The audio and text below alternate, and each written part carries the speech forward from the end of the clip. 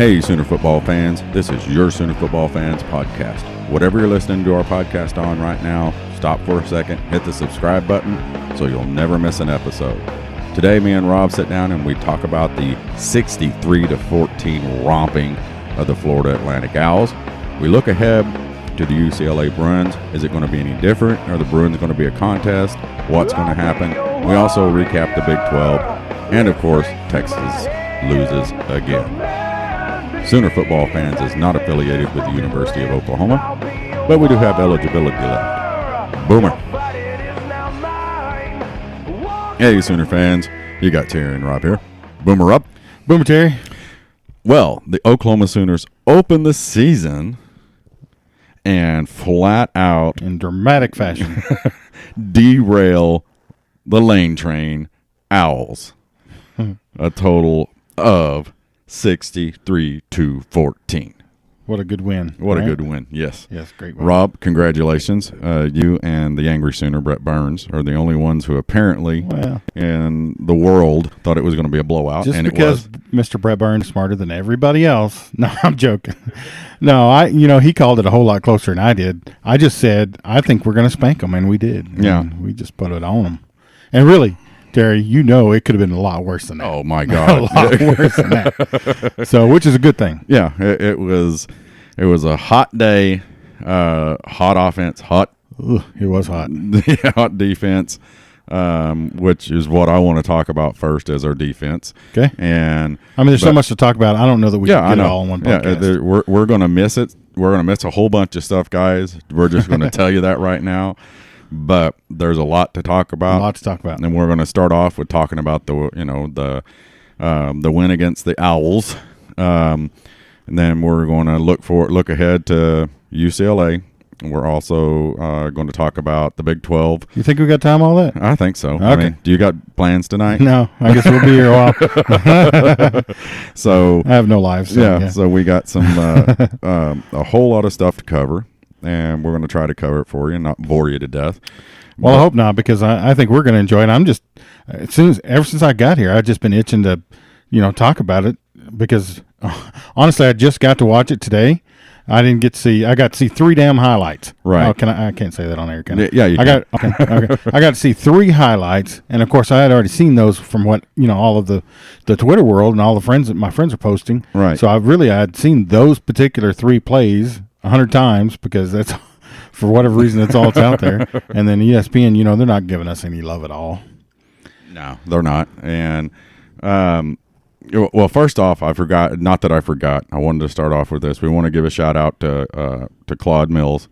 Yes. Claude was one of our first guests on the podcast. Great guy. Yeah, and we had him over to the house for the barbecue, the cookout, the fan feast, and he came by the tailgate yesterday. Looked good. Had his foot in the boot, which is normal. He's got some, he's had some problems with his leg, and this morning he sent me a message and said, "Hey, sorry," because said he was going to come back by afterwards, and said, "Sorry, I didn't come back by the tailgate, but I'm in the hospital. Didn't even get to see a play." So me and Teresa took some stuff up to him. He's from Guthrie, so he's stuck down here, but visited with him, and so everybody knows he's doing fine. Me and Teresa are going to keep tabs on him while he's here. But he didn't even he got in the stadium and ended up thankful to the University of Oklahoma and the I just went blank, the cardiac center down there, the Benny Owens. Is it the Benny Owens? No, whatever it's called. The cardiac center there. Yeah, they're good. They're good. They got lots. Yeah. They got him taken care of, got him to the hospital. A lot of people fell out yesterday. Yeah, there was a whole lot of ambulances leaving that stadium. Yeah. But we ended up leaving right after halftime. Went back out to the tailgate and watched it on TV in the shade with some cold beverages. I am not hating on you, because I stood out there in the tunnel just for a little while. And I was like, oh, my Lord, it's hot out here. I don't know how everybody else did it. Yeah. If it would have been a close game, literally, if it would have been still, I'd have stayed in there. But there was nothing, nothing to kill yourself or stand out there in that hot sun over. Well, after halftime, it wasn't nothing but twos out there anyway. Yeah. So, which I still want to watch the twos. I'm a fan. I want to watch every play. But I just wasn't going to do it. I'm not going to hate on you for that. No, I wasn't going to do it sitting out there in the direct sunlight and a little bit of breeze every now and then coming through. So when I would come out of the office, I'm down in the eastern bowels, if you will, of the stadium. Right. There are thousands of people just sitting down there against the wall. Yeah. And I'm like, go home. Yeah. What are you doing? Go get in a nice, cool, air-conditioned car and go home. Right. But they're all just sitting out there like, well, I don't know. It's just weird. Yeah, there were people like that all over. It wasn't just outside your office, because I walked around to where Teresa was sitting over with Tara and her husband, and there were people just sitting along the walls, like I don't understand it. No, because it still wasn't cool. Yeah, I mean, you were in the shade, which I guess was something, but yeah. It still wasn't cool. Yeah, but we set up and watched the halftime show. I think watched the first series of the second half, I think, and we walked back down to the tailgate and sat there and had a little bit more food, visited with a bunch of Sooner fans around. How was that? Oh, it was great. Time. I mean, it's we set up right across the street from the stadium, and we're new to that area. A lot of those people have been there a long time, and they welcomed us with open arms, offered us food, beverages. Man.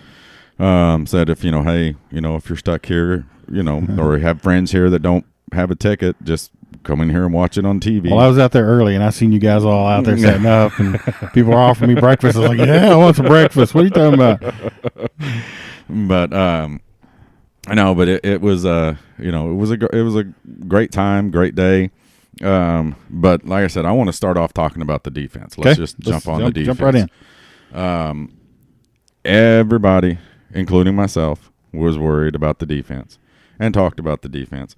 I will say this: I'm still not drinking the Kool-Aid. One game. I'm looking at the cup though. But we can be excited about what we saw. Right, exactly, because FAU, okay, we held them to 131 yards rushing.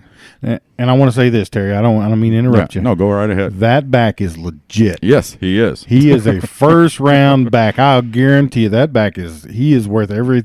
He's the best player on their team. Right. Period. End of story. He's the best player on their team, and quite honestly, he could start at any Power 5 conference school. Yeah. Well, I mean, not Oklahoma. Not Oklahoma. But he could go down to Texas and start. I bet you exactly. money he could. Well, they had 42 rushes, 42 attempts for 132 yards. That's 3 yards per carry. Okay. They held. Wait, how many touches?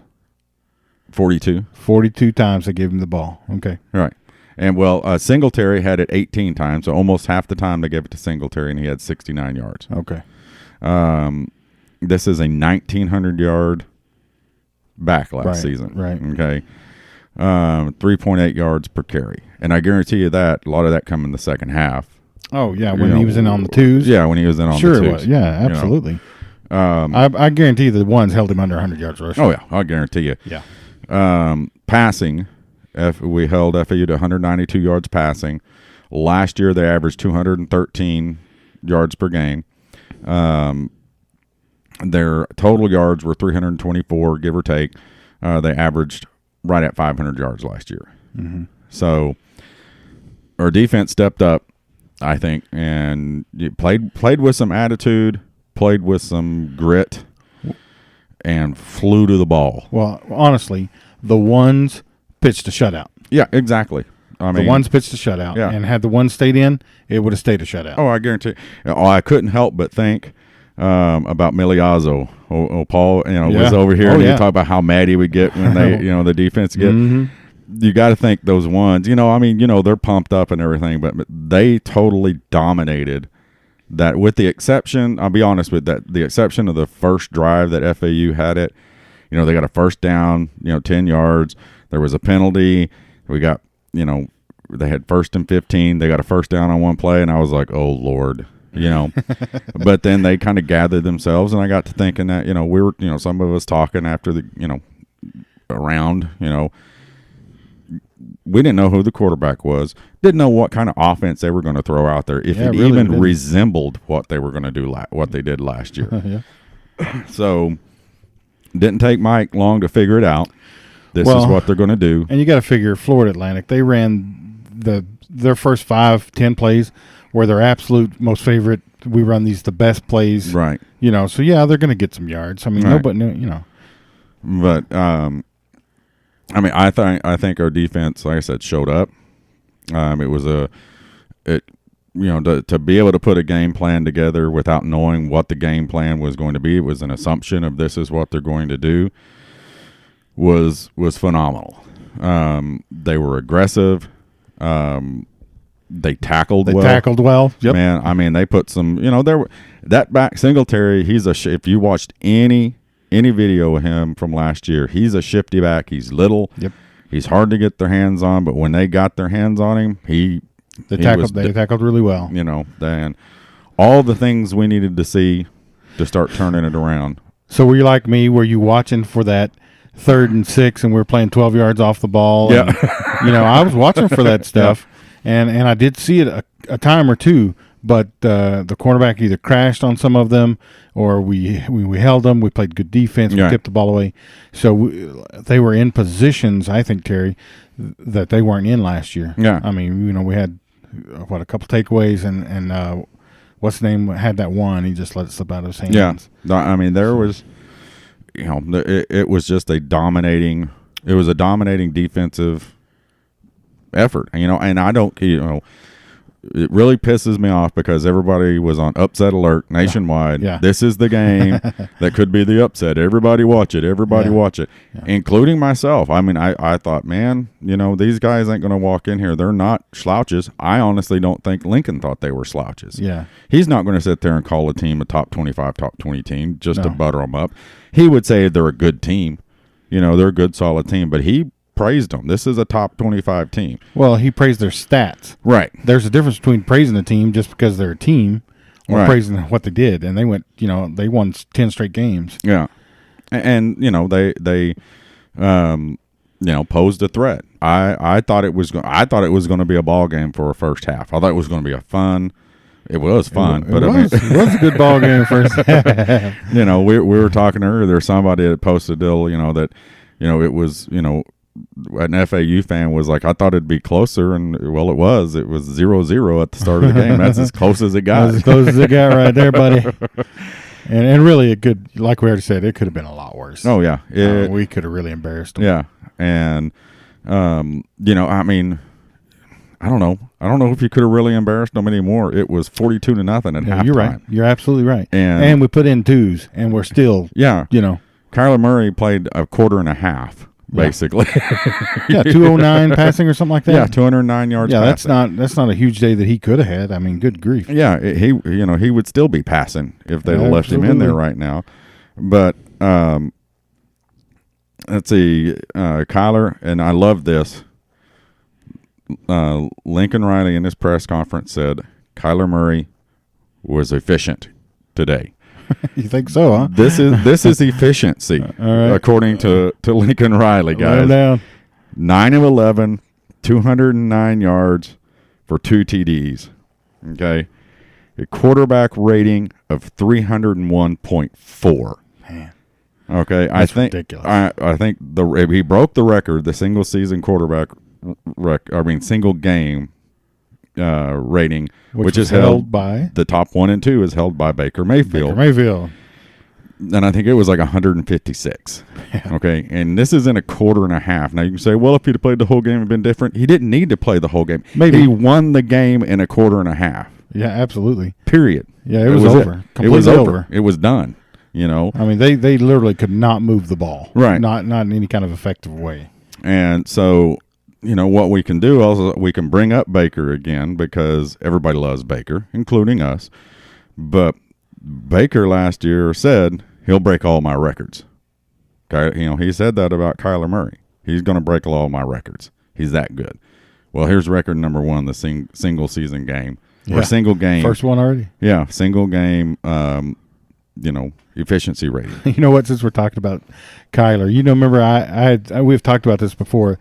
That sometimes when he was scrambling, the turf monster would get him. I'm telling you, we talked about that. we talked about it, and it happened again. Yes, I'm telling you, point blank.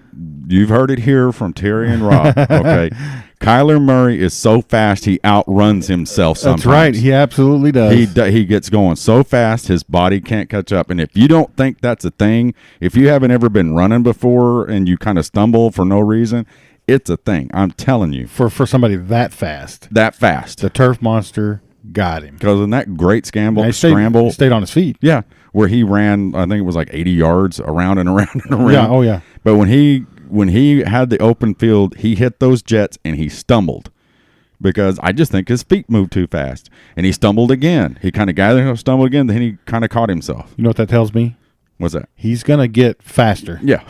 I mean, when he figures that out, right. I mean, he's going to be able to keep his feet under him. It's game. You're right. It's game situation. Yeah. And he hasn't been in that a lot. He's going to figure out, okay, when he's running to get that glide in the cleats and the pads in a real game, you're right. So that stutter cost him, what, a second? It cost him a second and a TD because he would have route ran everybody. He would have been gone, wouldn't he? Yeah, because he went to the sidelines and did what he was supposed to do. He got out of bounds. Hey, aren't we supposed to be talking about the defense? Yeah, but I mean, the defense did. What else can we say about the defense? Well, there's quite a bit because I think space-wise, and I'm not, you and I coach together, but we're not gurus by any stretch of the imagination. But they looked like they were in their places.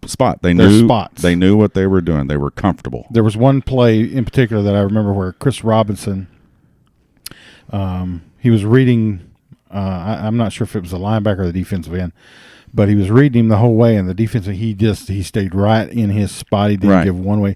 Now, Robinson actually kept the ball and took off, and everybody else was in their lanes, and so he went down quick. But that was not the case last year in the in the Rose Bowl. In a lot of games, it wasn't the case. In a lot of games, it wasn't.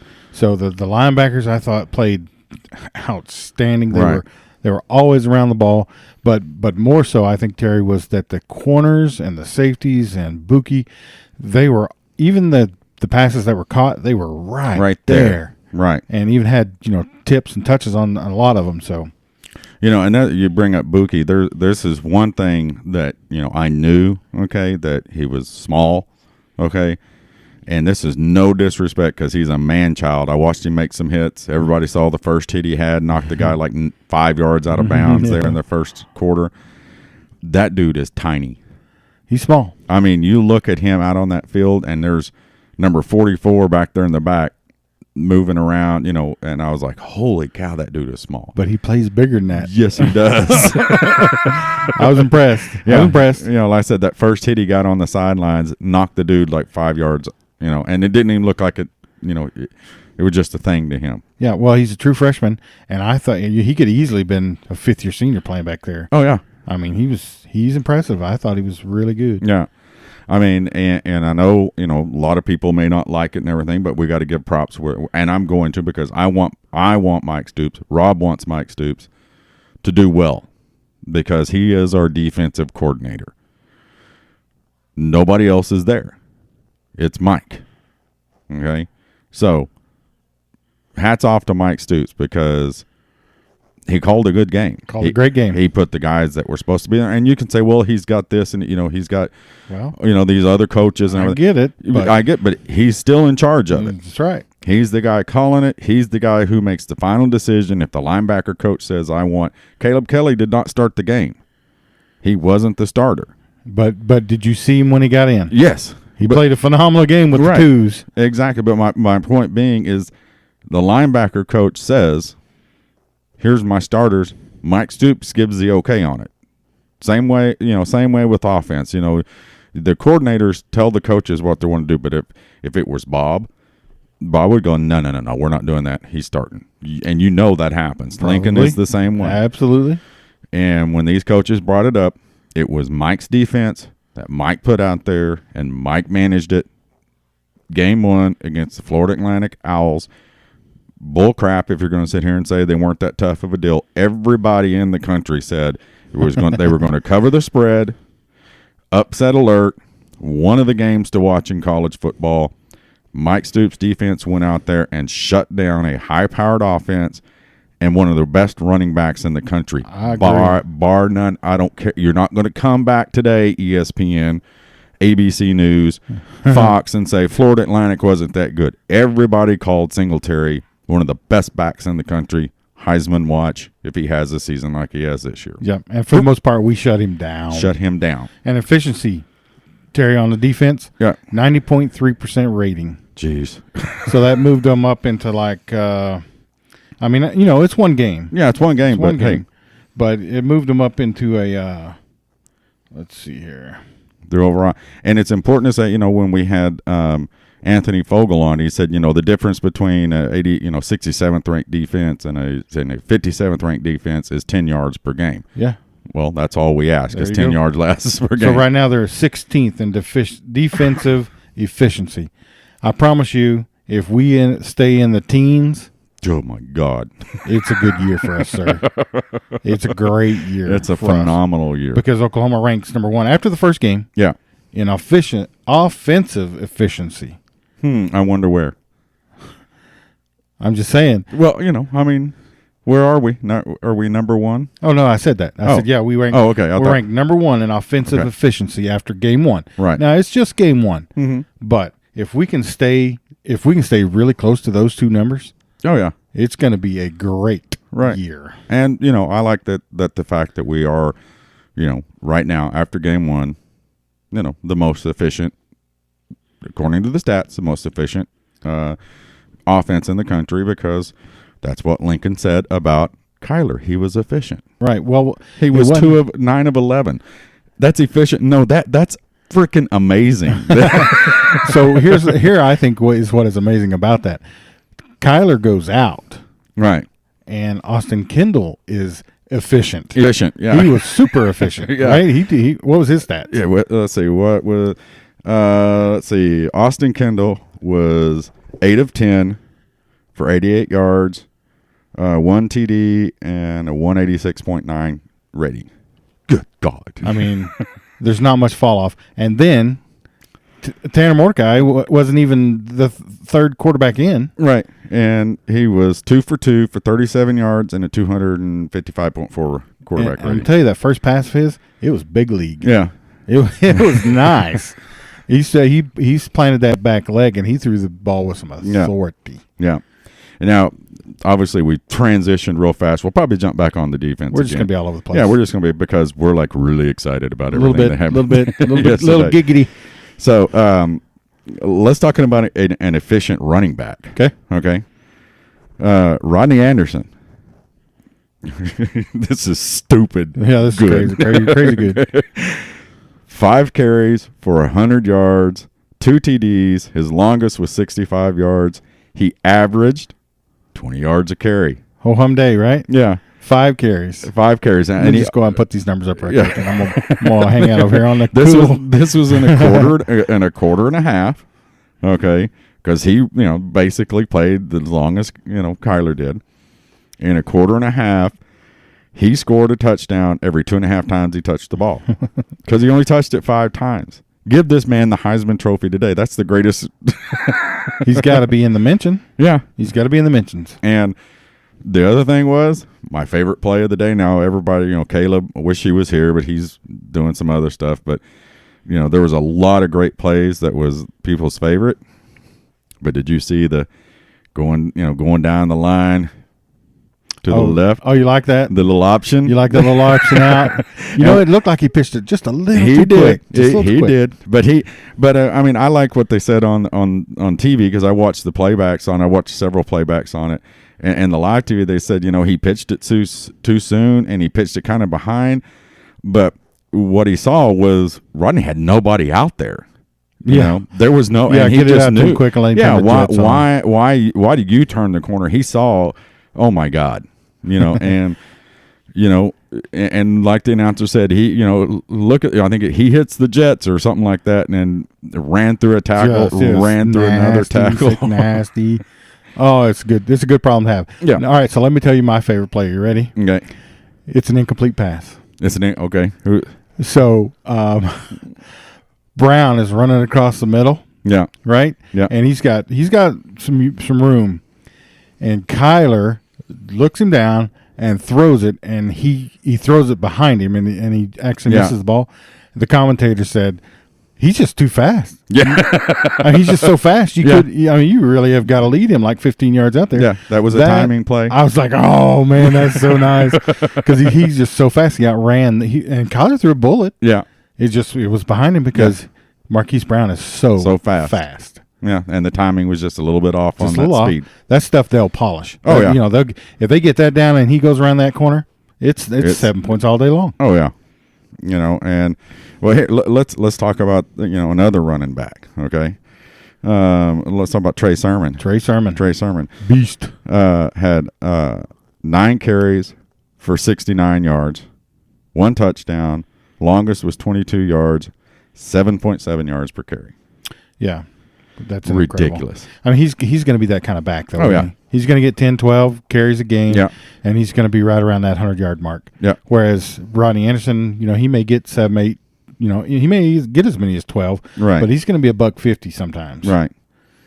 Let's see. Kennedy Brooks, 4 carries for 51 yards, 1 TD, 41 long. Was his longest, 12.8 yards per carry. Man. What do you think about Pledger, the freshman? Pledger. Let's jump to Pledger. 7 carries for 38 yards. Longest was 17, 5.4 yards per carry. But just looks solid. Yeah. Good decisions. Yeah. He's got a nice little shimmy juke right there. Right. Broke some ankles. Yeah. Sutton, 4 carries for 38 yards. Those stats are just mind-boggling. So how many total rushing yards do we have? Total rushing yards was 316. 316. And Rodney Anderson was a buck of that. Yeah, a third of it. Yeah. So, and really, I mean, we could have pumped it to him a lot more than we did. Yeah. And did you notice? All right, in your opinion, where in the game did that offense go from, hey, the playbook's kind of open, we can run it whatever we want, to zip, it's completely closed and we're running 3 plays, vanilla plays or whatever? I think at the end of the first quarter. Yeah, it was early. Yeah, it was early. It was after, one of my other favorite touchdowns, okay. It was right after this one, I think, honestly. It was to tight end Lee Morris. Okay. Lee Morris's stats for the day, guys. Listen, he did not look like a tight end to me. 1 carry. 1 catch. 1 catch, 1 catch for 65 yards for 1 touchdown. And he also blocked the punt, right? Yeah. Wasn't he the one that blocked the punt? I think so. But here's the thing. It was 1 catch, okay? And it was a great catch, great effort after the catch. But if you go back and watch that playback, did you see CeeDee Lamb come screaming down the field and make that last block? Oh, I missed it. Dang it. It's a little red blur that comes back. And I mean, and he's kind of backwards, and he passes up Morris and gets in front of him and makes the block. There's where championships are born. Exactly. Right, he was trailing the play. He could have kept trailing it, and Morris get knocked out at the 5. We're going to score anyway. No, he went down there and made the block. Nice. So hopefully I'll get to see that. Receiving, let's Hollywood, 6 catches for 133 yards, 65 yard touchdown pass. Had 1 TD. Average 22 yards per catch. CeeDee Lamb, 2 catches for 43 yards. Jones, 2 catches for 37 yards. Robinson, 2 catches for 17 yards. Big Drake Stoops, 2 catches for 16 yards. Got his props. Got everybody going Stoops in the crowd. I've seen that, yeah. He looks good. I think he's going to get significant time. Yeah. And he had on the play before his first catch, he had a pretty good block. I mean, he was a little. He's a tough kid. Yeah. He was a little hesitant. They kind of played it back. And he kind of that guy was up. 4 foot taller than him. Yeah. But good grief. Hey, it don't have to be pretty. You just get in the guy's way, and it worked. And I'll tell you this too. One thing I was really happy with the officials, they put a stop to it because it was in the plan, and not that Kiffin or FAU is a dirty team, but they knew they were outmanned. They were going to be outmanned, athletes. You know, they're going to be outmanned eventually, but they were trying to make those edge cuts, edge blocks below the waist. Oh yeah, and they put a stop to that immediately. Put it down, yeah, which is good because you could tear up a knee. You know, because a lot of times they kind of turn. You know, it's football. You know, it happens. You know, but they put a stop to it. But yeah, which I thought was pretty good. Yeah, but I mean, you just go on and on. You know, time of possession was, I always think that's a weird stat anyway, but it was even. You know, but we scored quick a couple times. Yeah, like 7. Yeah, but we had a total of 62 plays. FAU had had more than that. 10.5 yard average per play for Oklahoma. 10, first down every play basically is what we're averaging. Yeah. Granted, we did have, you got the big plays that kind of marks it up, but it was weird that we had 3 plays, 4 touchdowns of 65 yards. Yeah. Almost if they drew it up that way. Yeah. So when we get in, and let's not forget, again, we're just jumping all around here, but let's not forget, had a block punt. Yeah. If we can add a special teams factor to our stats, man, that's just going to help us. Right. And, I think it was 2006. I think it was the last time Oklahoma blocked a punt for a touchdown. And I think it was 2012, the last time we blocked a punt, period. I mean, or maybe it was 2016. I think it was 2016 that the last time we blocked a punt. But, one for a touchdown, I think you got to go all the way back to 2006. So, it was just a crazy good effort by Oklahoma all the way across the board. It was a great game. They played really well. Everybody played really well. So I guess now the question is, in my opinion, is Florida Atlantic, are they going to run the table now? Or are they going to go down and lose to, nobody state and, I don't think, I think they're highly favorite to win, their conference. USA. Yeah, Conference USA. Which is, let's be real. It's not a heavyweight division. No, it's a, mid-major conference. Mid-major. And people expect, and people did, and I'm saying that including myself and a lot of other people out there, the media guys that we had on, our preseason deal, they were all, kind of the same. We talked about, the Florida Atlantic game is going to be close for a while because they're good. Let's not forget that's what everybody. This is a good mid-major team that won their conference and expected to win it again. Okay. Well, they're supposed to be better this year than they were last. Right. So if that's truly the case, and then we're going to be pretty good. Yeah, because people expected it to be because they are a good mid-major team. People expected them to come in and play for a half. Okay, they came in and played for a drive. That first drive was the only time they did anything of a significance, really. Really. It kind of, and that was everybody getting their feelers and everything else. Yep. But, Oklahoma just dominated one of the better mid-major teams. Not dominated, obliterated. Embarrassed, really. I don't want to use the word embarrassed, just because I respect Florida Atlantic, and what they've done. I respect Lane Kiffin to some extent. But, really, it could have been 77-0 if we wanted it to be. At halftime. Yeah, probably. Yeah. It was 28-0 at the end of the first quarter. But, really, I hate to say, what did you expect? Because everybody was expecting an upset, but we're not just a Power 5 team. Yeah. We are a dominant blue blood Power 5 football team. Right. And they're not. I expected the game, honestly, Rob, and you know this. I'll say when I'm wrong. I was way wrong, but I was thinking it was going to be 24-14, 28-14 at halftime. So I don't hate on you for that, because honestly, I was thinking we were really going to blow them out. Yeah. And then when we had who was it, Tyler or Jason from the Brain, one of those guys said, listen, We're gonna once we get 14-0, we're gonna go into a vanilla game plan that you're gonna go to sleep, and it's just not gonna. We're gonna draw it out. I don't think even it was Jason, wasn't it? Yeah, I think it was Jason. I don't even think he realized how much success just because we were vanilla. Yeah, I mean vanilla for a long time, and it just worked.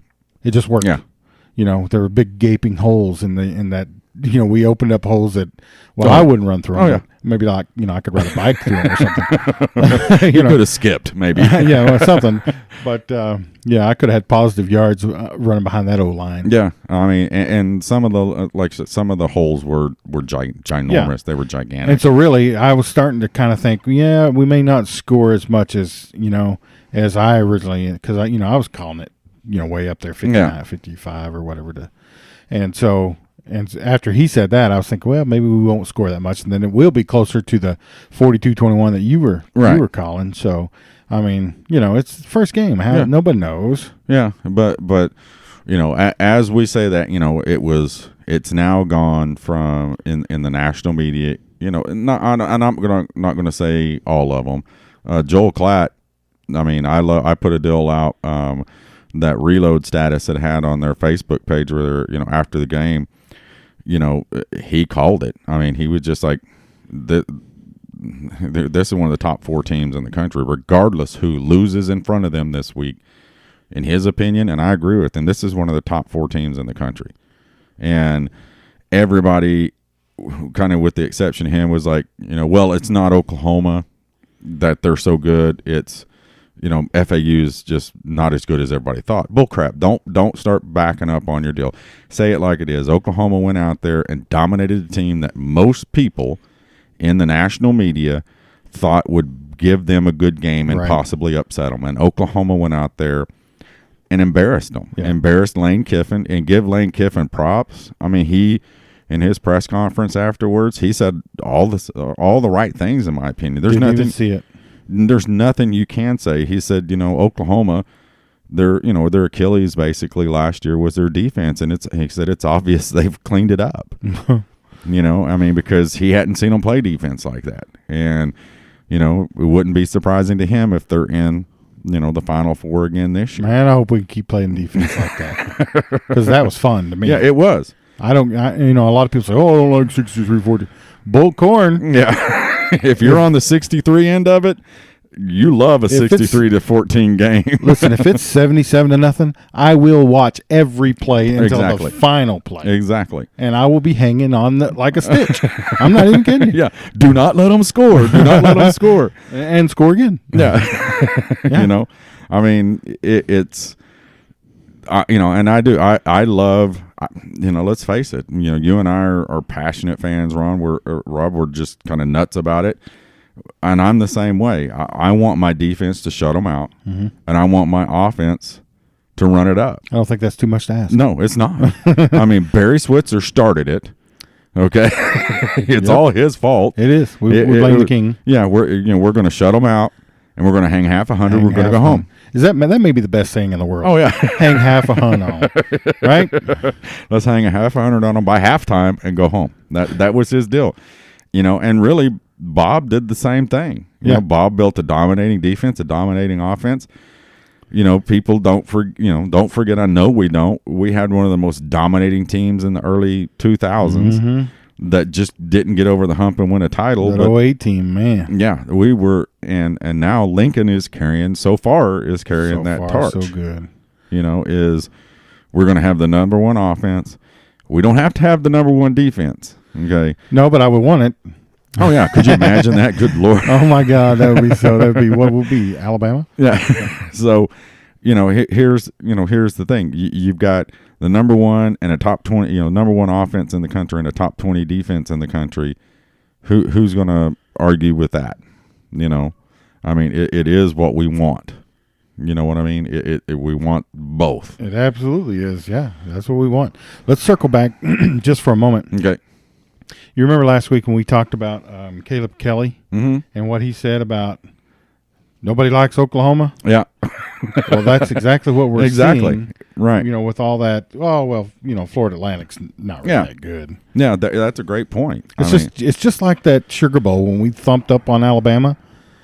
Alabama didn't. Yeah, they didn't really want to play. They were expected to be in the national title. Yada yada yada. Yeah, and he's right. I mean, that's a great point, Rob. Is Caleb Kelly comes out and says, because people were dogging Oklahoma's defense, and you know what? I mean, rightfully so. Rightfully so.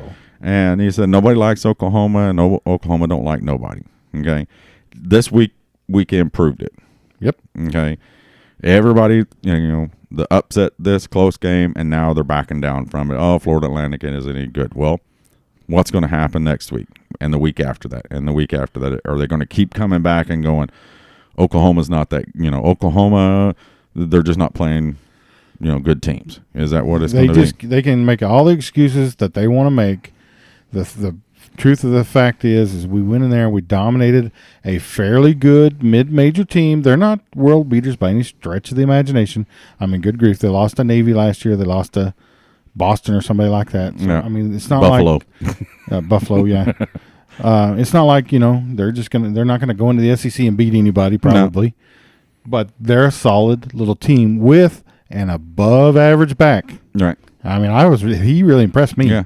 And let's face it, okay, if this was Alabama that played Florida Atlantic, it wouldn't be, Florida Atlantic isn't just that good. They just went. It would be completely opposite. It would be Alabama just dominated a good mid-major team. Oh yeah, went out there and took care of business. That's the score it should have been. Blah blah blah. Instead, it's Oklahoma beat a team that we thought was going to be good, but obviously they're not this year. Right? What? How the hell does that? That's exactly what Caleb Kelly was talking about right there. They back up and go, well, we thought they were going to be good. They're a heck of a lot better than Furman. Yeah. How does Alabama even feel good about playing Furman? I mean, isn't that an all-girls school? That's not even right. I'd never even heard of Furman, so. Good grief. But it is, it's a deal where all, Oklahoma fans, you're right to be upset. I mean, it's a situation where we don't get any respect until we earn it. That's okay. That's okay. There's nothing in this world worth having unless you earn it. Right. Except $1 million. If somebody gave me $1 million, I'd be okay with it. I'd be okay with that. So, but it's just the fact that they backtrack, they're commentating, and we'll just have to see, how it plays out during the year, and that's what we're going to talk about next. Let's just move on and get ready and start getting ready for UCLA right now. Okay, so let's get into that for a few minutes. Okay. So UCLA loses this last week to Cincinnati. Correct. Did you watch anything? I watched the end of the game because yesterday when we left about halftime because of the heat and went out and watched it at the tailgate and stayed there for a while, came home, and I was going to watch some football and fell asleep until 8 o'clock. Got up, went, got me some Taco Bell, and sat down and watched the end of that game. Sounds like a good football day. Yeah. So did you see anything in UCLA that impressed you at all? No. And from what I could tell, nothing else that they did impressed anybody else. They lost 26-17. They went up 10-0 in the first quarter, and they lost at home. At home. Then it looks like halftime they were down 17-10. They went up 21-17, and then got outscored 9-0 in the fourth quarter. A game that really Cincinnati. I mean, I watched their last drive. Really is pretty much what I watched on it, and they laid it all out to win it in regulation. They had a fourth down. They went forward on fourth down, got the first down, and marched down and put it in. Chip Kelly had to, the Bruins had to use all their timeouts at the end, that last drive.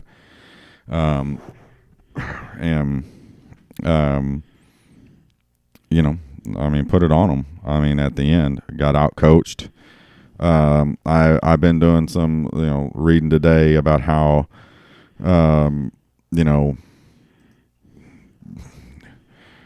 basically kind of the same thing as we heard last week. UCLA is better than FAU. They got better athletes. They got better this. They got better that. Mm-hmm. Okay, they're in the. Do they? I mean, seriously, they're in the Pac-12. Cincinnati is not that good. And Washington got beat. Yeah. Okay. I think that whole conference may be a little bit overrated. by an SEC team, by Auburn. So. Yeah, but it wasn't even close either. Yeah, I mean, here's the thing. Why are they? Because they're UCLA, they're going to automatically get better athletes than FAU. I mean, that's that's kind of the usual saying is, they're going to have athletes closer to our caliber than FAU did, but FAU had. Well, hell, that's all we heard all week was right? He's done a great job recruiting and getting transfers. Mm-hmm. He had 2 4- and 5-star quarterbacks on the sidelines over there. That Oklahoma had one of them for a while. Right. And Florida State had the other one. And we shut him down. Yeah. So, here's the comparison, okay? Just, what UCLA did this week, against Cincinnati. They had that quarterback's name is Spate, right? Yeah, I mean, so. He seemed serviceable, but I wasn't.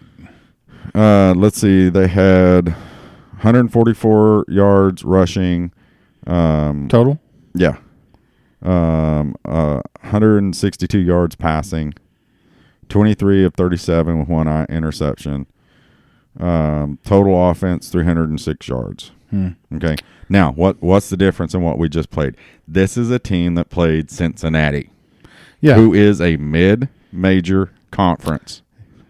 They may be better, a little bit better than that, or you want to think they are. Right. I don't know that they are. Why they just got beat by? Would FAU beat Cincinnati? Man, I think it'd be a good game. Yeah, don't you? Yeah. So, I'm still on the high from yesterday. So as a fan, it may not be the best. I don't see much difference in this. I think the Chip Kelly factor is going to be there a little bit, but really, is he that much? Apparently, he wasn't against Cincinnati. Yeah, I mean, that much better than Lane Kiffin. At Oregon, he did some crazy things, but let's not forget, Lane Kiffin's been around for a while, did some crazy things, had some successful offenses. So, what makes this game any different than last week's game as far as numbers and everything else goes? So, really, I think the only thing that you can point to is maybe their athletes can play longer. Florida Atlantic didn't play at all with us, really, in my opinion. Maybe UCLA's athletes can make more of a game out of it. And then the closer you make the game, the longer you play that game out. Right. So, because this game was over first quarter. Yeah, it was done. 28-0, you're done. But I honestly, I do not know that UCLA can do that. I don't know the thing. If they're going to lose to Cincinnati, who I think is mediocre at best, then UCLA is mediocre at best. And we're not. Yeah, and it wasn't a fluke that Cincinnati won. It was you look at the box score. It was a good game. It was 10-0 UCLA, 14-10 at halftime. Cincinnati, it was a knuckle buster. And so I'm going to tell you this, Terry. I think the 4 teams that are going to make the playoff rose to the top in dramatic fashion this week. I mean, who can doubt? Let's wait and get into that because we can jump into that. That's a good long discussion. Yeah, that's a long discussion because we're going to take an in-depth look at the top 7. I think is what we need to look at. That's good. But there's nothing different. I mean, they had an average offense against an average team. They got outscored. Let's see, they got outrushed. Their passing was a little bit better than Cincinnati. Their total offense was 2 yards more than Cincinnati's total offense. 2 yards. So, I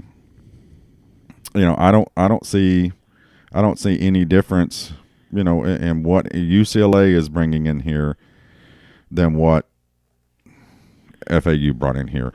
Their quarterback, Robin Thompson Robbins or Robbins Thompson. I don't know what that means, but that's the quarterback's name. Yeah. Oh, I thought it was Spate. Spate. He must have went out. Let's see. He had he's got an asterisk. I got it. Uh-oh. He may have went out. Starting quarterback's hurt. That's not good for us. Yeah. So I don't know. I'll have to do some. Sorry, folks. I have to do some research on that. I'm sure there's people out there that know already. Yeah. Probably already going, God, you dummies. Yep. You aren't scouting the team. That's what we're doing today. So we're still riding the W. Yeah. All right. Give us a break. But third quarter, he went 15 of 25 for 117 yards. Spate went 8 of 12 for 45 yards.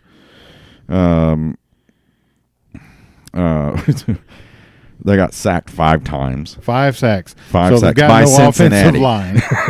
They've got no offensive line. So hopefully we're going to tee off on that. We're going to make that quarterback run for his life, and we're going to get some turnovers. Yeah. It looks like they got a decent little running back. Casimir Allen had 5 carries for 103 yards, 1 TD. Averaged 20.6 yards, but you'd think with a back that did that, they'd have given it to him a lot more. Yeah, why wouldn't you keep pumping him? The guy's name is Bo Lu, something or the other. No offense, guy. I'm sorry. He had 9 carries for 16 yards, 1.4 yard average. I mean, I don't know. I mean, that doesn't make much sense at all. That he's got guys. Looks like the guy that was carrying the rock the most was Casimir, which is a cool name, by the way. Maybe he had one long breakaway run and everything else he was. Everything else was a negative. That's possible. Well, his long. Yeah, there you go. You're right, Rob. 74 yards. 74 was his longest. So okay. So he just had one run. So he got lucky. Got out of the backfield. Yeah. Went for a long one. So, we'll have more on the Bruins. We'll as the week goes on. But I fully expect we're not going to pick a score yet, but I fully expect right now, the same. The same outcome. I mean, but will dominance. If we go into a vanilla, offense like we did, early in this game, do we score as much? Just like Jason said, this team may be able to play with us a little bit longer. I don't know. I would like to think they would. That UCLA is getting the type of athletes that could, that could really play with us, for a longer period of time or whatever. And but who knows? I mean.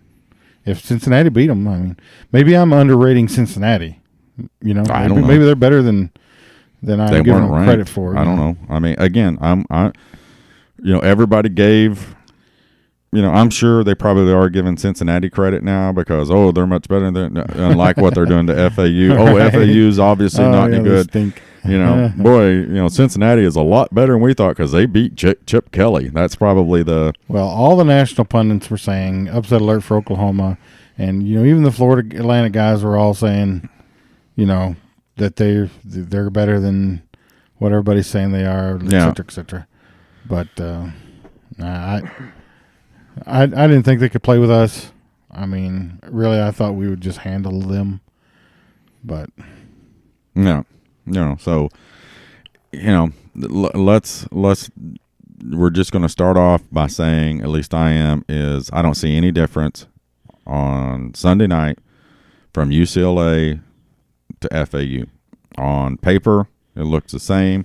They got beat by a mid-major.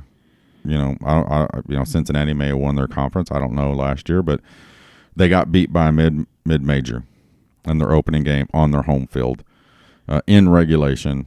And they were inefficient in taking care of their home field, so I don't see any difference in what's going to happen this week from right now. So you picking the score already? Nope, not going to pick the score, but I'm going to pick the Sooners. So that's a safe bet. Yeah, and then tomorrow night we got we'll be talking with the Bruins podcast, see what their fans think, and we'll just think about this for a moment, just a quick moment. Okay, if we keep that playbook open, I mean, could we score any more than we did for starters? Which I mean, we pretty much scored almost every time. I think we had one punt in the game. Yeah. Is that right? One punt? One punt and one miss field goal. Okay. But it was like a 56-yard field goal. So, I mean, I don't know how more efficient we could be, how many more times we could score on a team, and just think we did all that with a super vanilla offense. So and honestly, I mean, basically the offense played a quarter and a half in this game. Basically. You took Kyler Murray out, and people, I'm not going to sit here and go through the roster. I don't have time for that. We're fans, but when Kyler came out, others started coming out. They start pulling the ones out. They're not going to get them hurt. The game was obviously well in hand. There was no need to bring it. So we went ultra vanilla. Ultra vanilla, because even the defense were all twos. Yeah. They did not score on the ones. But, of course, when you say the twos and Caleb Kelly's part of that, I mean, come on, man. Yeah. So, but like I said, this week, when we do our podcast with UCLA tomorrow, and then we'll do our tailgate like a champion, we'll have some more information, and we'll kick that out. But right now, look, we're going to get into some Big 12 talk and what happened to the Big 12 this weekend. So we're just talking. We're trying to think of a new conference name. So would it be the Oklahoma Conference and 9 other guys? Oklahoma and the Little 12. We need some help. Yeah, we need some help. So we're going to throw that out there. What should we rename the Big 12 conference? I bet Jim Dillingham's got it. Yeah, Big Jim will have something. He'll have something for us, won't he? So let's go through what our conference did. Nobody did us any favors. I can just tell you. Nobody, maybe West Virginia. Yeah, Oklahoma State beat Missouri State. So what? Nobody cares. Yeah, but apparently they didn't look very. I didn't watch the game. No, they didn't. Did you watch the game? I watched the first half. It was average at best. They said the offensive line was terrible. They did. Outside of a running back, really, they got nothing. Yeah. So, let's see here. Texas Tech, got slapped. Got drilled by Ole Miss, 47-27. I really hate that, because anytime we play the SEC, I want the conference to hold up. Yeah. And nobody does except for us, it seems like. Right. And except for last year. It's one of those deals with Texas Tech is they're again under, I don't know if we want to call it underachieving, but well, they're Texas Tech. I mean, they throw flour tortillas at people. Yeah. Cliff Kingsbury is probably, on his farewell tour this year. So we'll see. They better keep him. Yeah. I mean, who else are you going to get? You can get worse. Yeah. TCU thumped Southern. I don't know Southern who, but they beat somebody called Southern. Well, I guess, you know what? If anybody's holding up their part of the bargain, it is TCU, isn't it? Yeah. Let's go Kansas. Still, the only team Kansas has beat is Texas. They got beat by Nichols. Wait. Kansas beat Texas? They got beat 26-23 by Nichols. Is that Nichols State in Texas, or is Nichols? I have no idea, Rob. I mean, come on. That's an FCS team, right? Yeah. I mean, it's...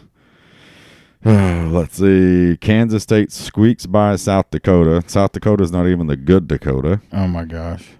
So how bad are they going to be this year? Yeah. Obviously not as bad as Kansas, but... Baylor played Abilene Christian. Isn't Abilene Christian an NAIA school? Isn't that a high school? No, Abilene. I went to college there, and they were an NAIA, so surely they haven't moved into a... Oh, my gosh. I'll have to check on that one. Did they... They beat them 55-27. That's not great. Oh gosh! Iowa State was playing South Dakota State, but it got canceled. That's the weather delay. Yeah, and I think Nebraska's game got canceled too because of weather. Yeah. So they must have some major lightning for that to happen. Let's just get to it. Texas. Oh gosh. Hey, they're back though. Yeah, they're back. Come on. They got beat by 10 points last year. They got better. They lost by 5 this year. Is that all? That's all. Now, were they at home or were they at Maryland? They were at Maryland. Now, I will say this. Okay. Well, I don't know how much this plays into it, but I honestly, think it does a little bit. They've got a mess up there at Maryland. They had the kid, their offensive guard died. Right. The coach is in a lot of hot water. They don't have a coach. Those kids played on some adrenaline and emotion, obviously. But Texas, they should have been able to out-athlete them right, period. for the win. I mean, good grief. Yeah, there was a weather delay in that game. It shouldn't even have been a game. No, everybody thought, hey, Texas is back. They're going to come in here and they're going to take care of business, do what they should have done last year. It's not going to happen. Texas is what Texas has been since Mac Brown left. Yeah. Average. And you know what? That may be giving them some credit. Yeah. Because I don't think Maryland is any good at all. Right. Especially with all the trouble they're going through right now. I have a feeling that that Florida Atlantic would probably beat Maryland. Yeah. It's – and the one thing, as much as, we don't want to admit it, but the Big 12 conference needs Texas and Oklahoma to be good. They do.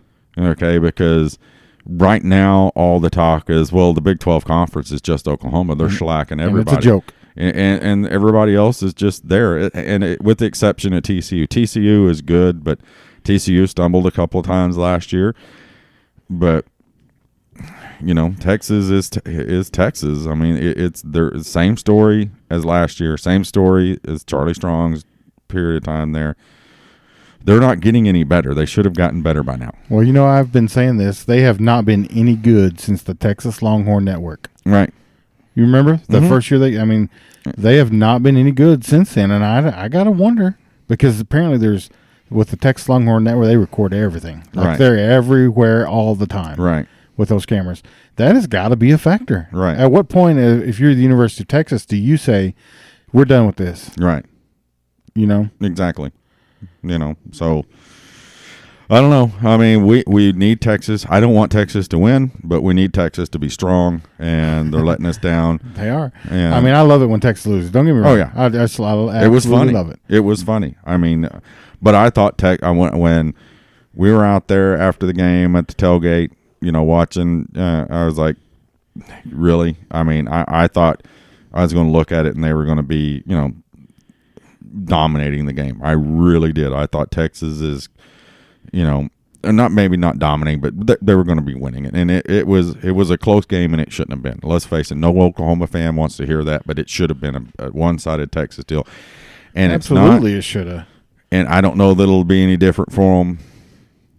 This year, West Virginia, though, the three big dogs in the conference, Oklahoma, West Virginia, and TCU did what they were supposed to do. And TCU and West Virginia are not even original Big 12ers. I mean, right. I still have a hard time accepting the two of them. But West Virginia took care of Tennessee, 40-14. Tennessee obviously rebuilding, new coaching staff, but hey, credit where credit's due. West Virginia, TCU, Oklahoma went out in the conference and did what they were supposed to do. And, Oklahoma State, we had some winners, but Tech fell. Kansas.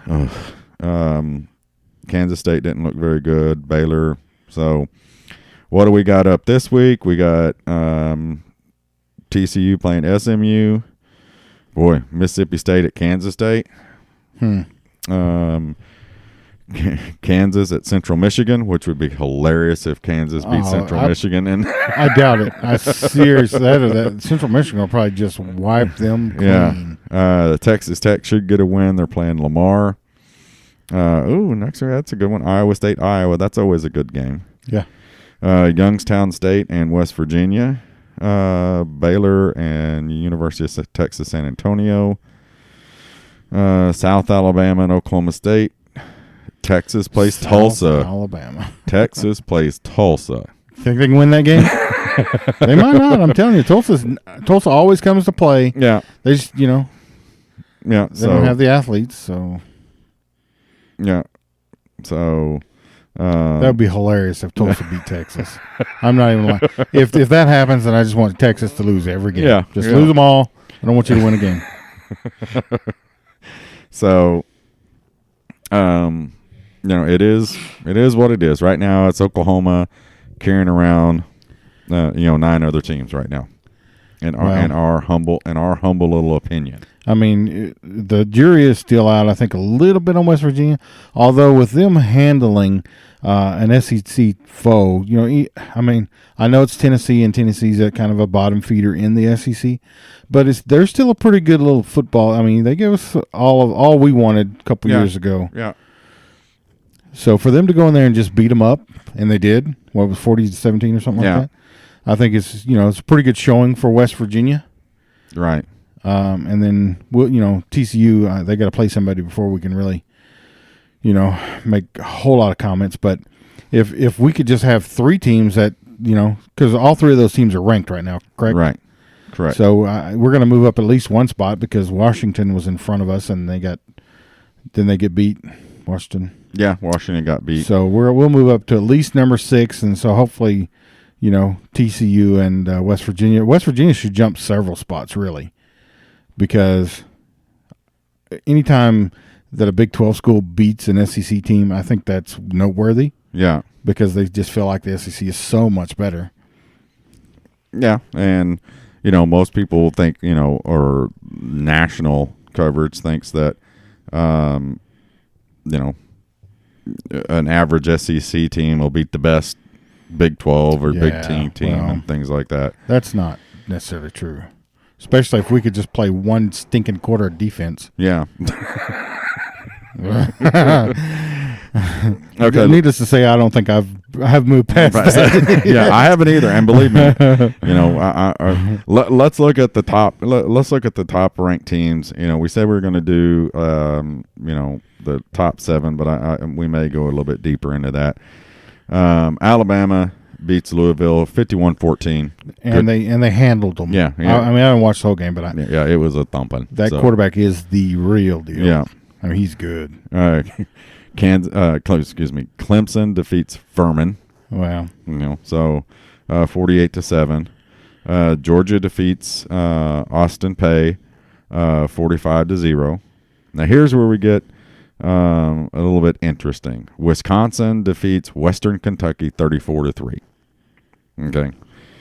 What's interesting about that? Well, the fact that here is the number 5 ranked team, the number 4 ranked team, and they only scored 34 points. Oh, okay.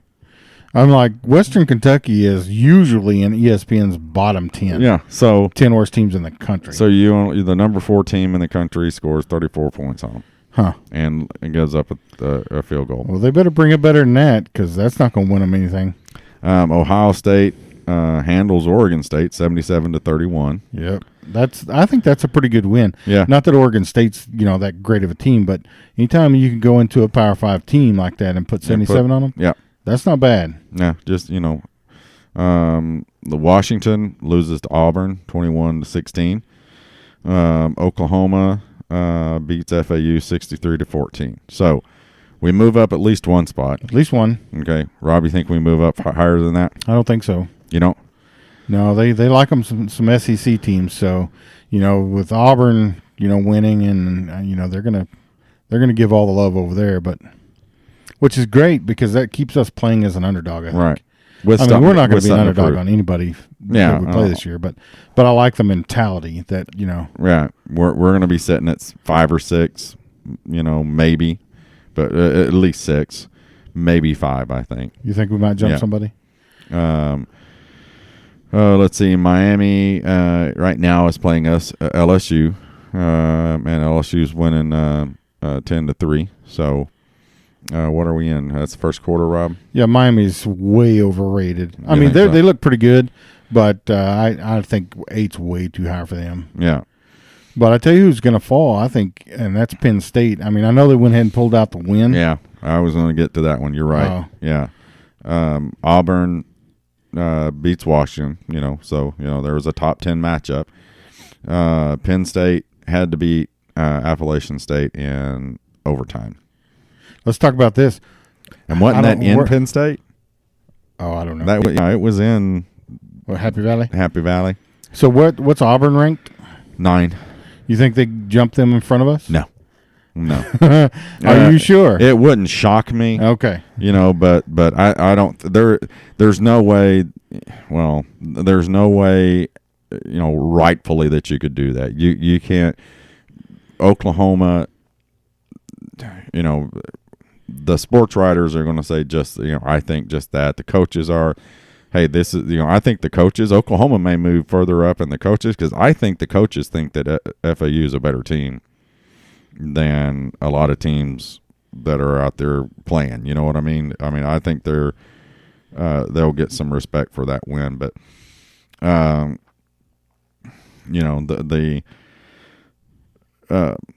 I think Penn State's a little overrated. I think that's pretty obvious. I think Michigan is a little overrated. I think Harbaugh is a complete goober now, and I used to like the guy. Yeah. I don't like his brother because he coaches the Ravens, but let's face it. I mean, the guy's making millions of dollars, sure. And he hasn't done anything. Well, they raved and raved about that defense in Michigan, and Notre Dame. Let's just be honest. Notre Dame is not world beaters. No. So they made Notre Dame look pretty daggum good on offense. Yeah. Now I guess we'll see. Maybe Notre Dame is a whole lot better than we're kind of giving them credit for, and if that's the case, then they're going to move up, and obviously they'll be part of the, conversation. But yeah. But I think Michigan probably is going to lose again. I didn't see a defense that was going to stifle anybody really. Yeah. But let's face it, Michigan is going to have troubles with Ohio State. And do they have to play Wisconsin this year? I don't know, but they always got Michigan State, and even if Michigan State sucks that's a good game. Yeah, so. it's kind of like when Oklahoma State plays us.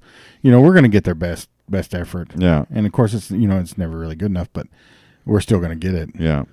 So, but here. We're going to share mine and Rob's, brilliance that we were talking before we started recording is I've looked at everything as, through the crimson colored glasses that I wear. Course. Okay.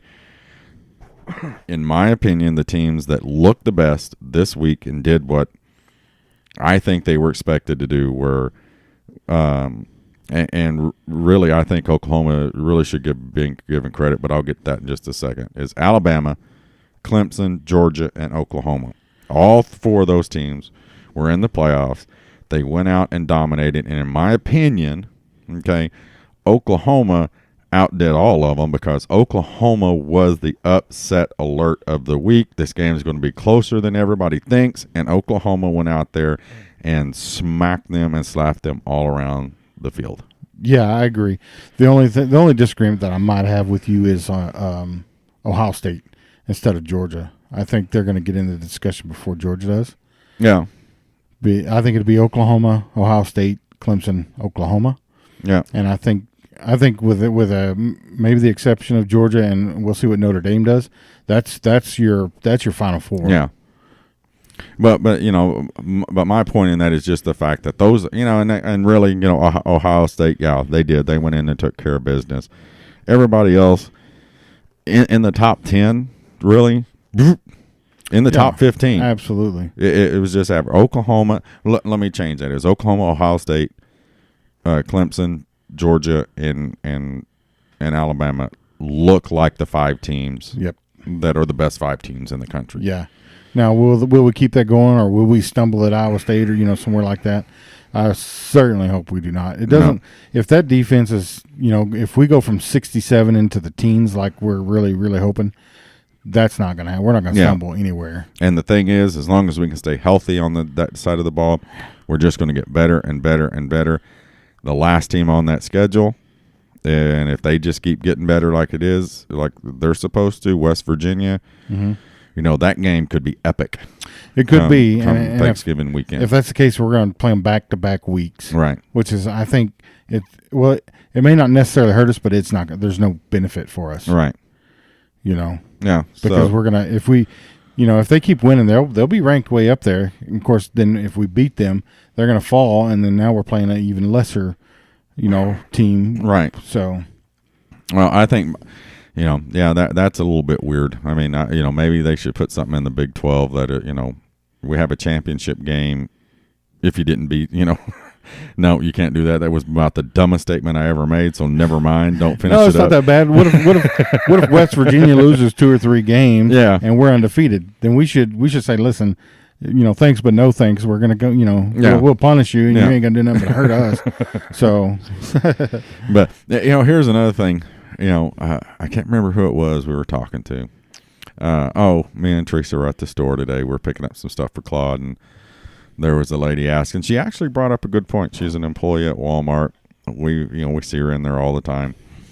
And what would you think? And we talked about all the fans down in the tunnels and stuff at the game. Why didn't football have a mercy rule? why doesn't it? Indeed, I don't know. Softball does. Yep, baseball does as Baseball does. Basketball doesn't. Basketball will let the clock run. I know in the second half. Football will too. Yeah, But I guess that's it. when you're up 28-0 or 42-0 at halftime, why don't they just go in and go, hey guys, we're gonna go ahead and skip the third quarter. yeah, No, that you know what I mean? Well, for starters, fans paid good money, Yeah, and so fans are gonna say, no. I want my money's worth. Which I probably would too. Because just take the Kansas game with Samaje Perine. If there's a mercy rule, he does not break the NCAA record. yeah, that never happens. We never get to see it. happens. Good point, Rob. And I'm not there. Yeah, Right? Because Right. I was in the stands. Yeah. I was in the stands on that game. no, So good point, Rob. But I don't know. Maybe in the second half they should have let that clock run. so that onus is on the coaches. Right. If you're getting your tail kicked in between your shoulder blades, then you run the ball and let that clock just Right. burn. And Well- then the other, shows mercy Right. and does the same thing. Yeah, or I know. I mean, they've done in high school, and they did it in the Oklahoma game a couple of years ago. I don't know who it may have been, that A&M game where it was like the fourth quarter. They said let the clock run. And we're up 77-0. Yeah, they're out of bounds. Everything, they weren't stopping the clock. Uh-huh. I know that they've done that before in games, but anyway, I think that's about it, Rob. I think we've gloated and got all that pent up aggression again off of our chest from watching it yesterday and again today. Yeah. Anything that we didn't cover that that you want to talk to particularly about in the game? No. Got it all out. Got it all out. Again, Oklahoma just I don't know how to put it. I mean, just we handled business. That's for just sure. slapped them around, beat them up, whatever you want to call it. 63-14, the FAU Owls. Everybody's excited and pleased. Looking forward to this week. We got UCLA, the Bruins coming in. And I really hope ESPN and all of those people that think they are so smart put us on upset alert again. Yeah, please do. Because that's helping us out a little bit. This is a Chip Kelly team. They're better than what they're supposed to be, and they're better than what they did last week. And then they'll turn around when we thump them. They'll go, well, we were wrong. UCLA's not that sucks. good. Yeah, I'm still mad about it. We were, the only time the media is wrong is when, Oklahoma does good. Seems that way. Yeah, we were wrong. It's not Oklahoma's that good. They're just really bad. So, but one programming note to everybody. We had some foul ups last week. I know everybody saw on Twitter some of the stuff that happened with our account to sign people up. We were going to have a podcast that we had some people recorded some stuff that we're going to drop on Friday morning. Technical problems. I'm not going to go into it, but I'm going to get a hold of all those people. The plan is that Rob and I will be doing a podcast on Monday nights that we are going to be doing with the podcast from the other team. Tomorrow night we have the Bruins podcast that we're supposed to be doing stuff with. Wednesday nights we're doing the Tailgate Like a Champion, where we'll have a former Sooner on with us, and we'll have our cooking and drinking and drinking segment and tailgate games, and me and Rob will break down our final analysis of what we think is going to happen. And then on Sundays we'll record for Mondays. What we're going to do is this week, because it was in shambles, we had so much stuff. It's just Rob and I, but next week we're going to have a fan on for a 30-minute segment, because that's what we do. That's what everybody has asked. I've been getting messages on the deal. Hey, are we going to have what fans are you having on? It's our thing. We know it. Sorry we've had some mess up, but we'll get a fan on next week. We're just going to do one fan a week. Then they'll get to give their thoughts on the win the previous week's win and what they think is going to happen, just kind of like what this show was for about 30 minutes. And I look forward to that. Oh, yeah. Because they're fans just like us. Yeah. So, forgive us for kind of falling behind, but just had some stuff happen. I overbooked myself with doing the tailgate and trying to get everything done.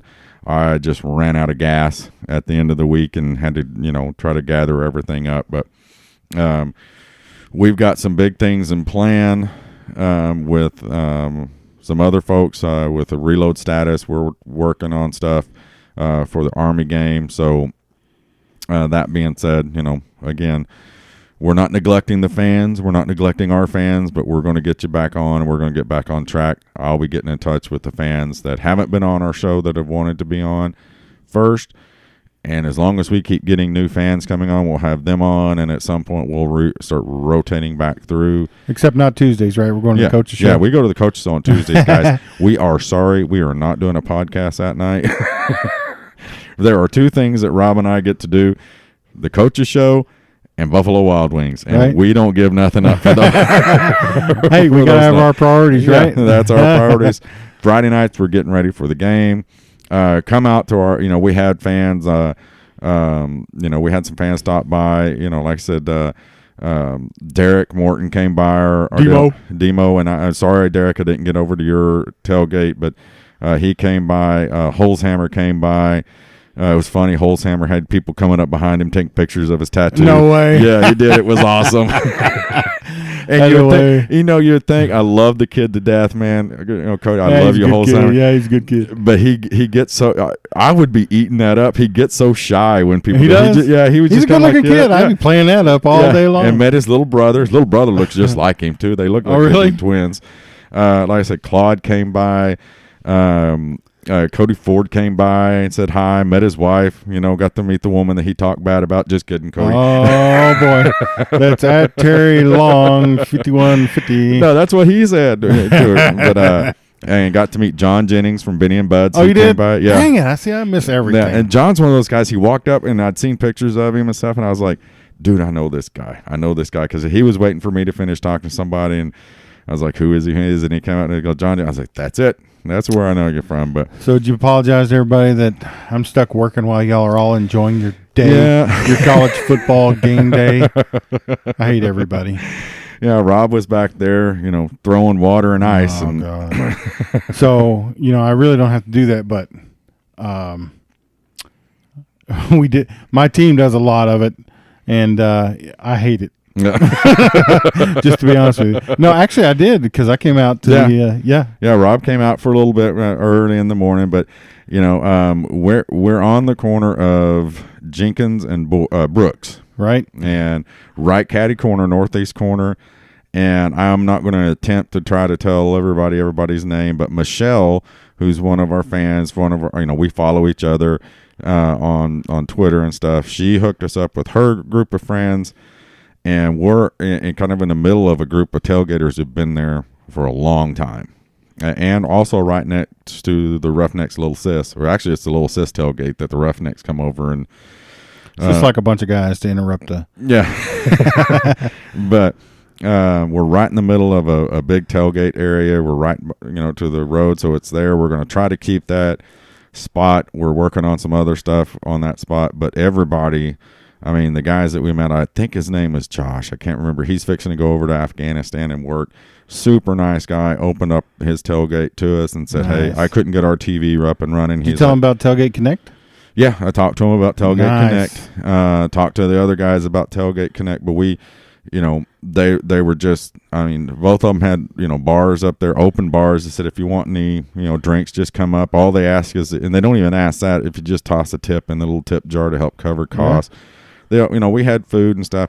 I couldn't get my TV working. They're like, man, don't worry about it if you can't get anything ever happen. Just come over here and watch the games with us. And, we hung out for quite a while. It was a long day, long fun day, but it was around a great group of people. So listen, it's not a long day for you. It's not a long day for you. I was in the stadium at 4 a.m. Yeah. It's a long day for me. Yeah. But, as Sooner fans are, they're great. Everybody around, they came up and they introduced themselves, opened up their tailgates to us. Well, we need some blue blood tailgating. Yeah. We are a blue blood program. We're a blue blood school. We need blue blood tailgating. Right. And I mean, I'm just telling you, the people that we were around, I mean, they had been there. One of them had been there 10 years. Wow, really? Right. And they in that spot? In that spot. And they got it like 8 years ago, Wow. 7 years ago. And it's really what it became was individual tailgaters. From talking to all of them, they all tailgated by themselves. And then they all just joined together and said, why don't we just do all this together? So they start putting their tailgates together. Interesting. And it is one big spot. And to all these big tailgates that are together. And they don't care that anybody comes in, that we came in there and they're That's like, really hey, cool. We're open here. Come over. They talked to us about the podcast. We were handing out flyers, doing a little bit of business and stuff. Mm-hmm. And though, Cody came up forward. He came up to me. I was laying in the hammock. I was the only person there that had a hammock. And it took me like 30 minutes to get out of the hammock. That type of tailgate, huh? I was like, oh, hold on. Let me get up. But anyway, it was a great time. But you guys, you're welcome to come out. We'll always be there on the corner there. And we'll have a banner up, so it's not hard to find it. Just walk up.